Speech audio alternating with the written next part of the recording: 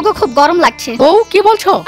মা আপনি আমাদের বিছানায় কি করছেন? আমার ঘরের এসি কাজ করছে না, এজন্য ঘুম আসছিল না, তো ভাবলাম তোদের সঙ্গেই শুয়ে যাই। বৌমা বিছানার তোষকটা চেঞ্জ করে দাও তো, অনেক শক্ত ওটা, রাতে শুয়ে কোমর ব্যথা হয়ে গেছে। মানে আপনি কি সবসময় আমাদের বিছানায় শোবেন? এটা আমার ছেলের বাড়ি, যেখানে ইচ্ছা সেখানে ঘুমাবো। ফুড পান্ডার খাবার এখনো আসছে না কেন দেখো তো। দাঁড়াও আমি কল দিচ্ছি। কল দেওয়ার দরকার নাই, কিছুক্ষণ আগে খাবার নিয়ে এসেছিল, আমি ফেরত পাঠিয়েছি। কিন্তু কেন? সব সময় বাইরের খাবার খাও, স্বাস্থ্যের জন্য ক্ষতিকর। মনে হচ্ছে আমার ছেলের জন্য তুমি খাবার বানাতে চাও না। আমার ছেলের সাথে এসব হতে দিব না। অফিস থেকে আমার আর রাতুলের ফিরতে অনেক রাত হয়ে যায়। এত রাতে ক্লান্ত শরীরে রান্না করা যায়? চাকরি করলে এদিক ওদিক হবেই তো একটু। পরের দিন বাড়ি এসে দেখলাম, মা এটা কি করছেন আপনি? পায়ের চামড়া মসৃণ করছি। আমার মুখের এত দামি ক্রিম পায়ে লাগাচ্ছেন? ক্রিমটাই সহ্য হচ্ছে না, টাকা তো আমার ছেলেই দেয়। মা অনেক দিন থেকে দেখছি আপনি আমাদের বাসায় আসার পর আমার আন্ডারওয়্যারের সাথে নোংরা কাপড় চোপড় রাখেন। আমার আলমারি থেকে কাপড় নাই হয়ে যায়, আমার জুয়েলারি বক্স থেকেও জিনিসপত্র গায়েব হচ্ছে। আপনি এগুলো সব আপনার মেয়েকে দেন, ভাবছেন জানি না? বন্ধুরা, এমন শাশুড়ির ব্যাপারে আপনারা কি মনে করেন কমেন্টে জানান।